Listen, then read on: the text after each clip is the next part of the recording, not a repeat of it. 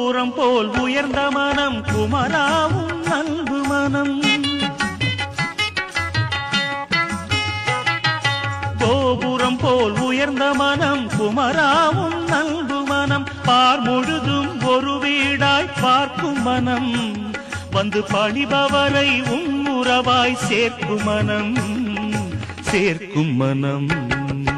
கோபுரம் போல் உயர்ந்த மனம் குமராவும் அன்பு மனம்.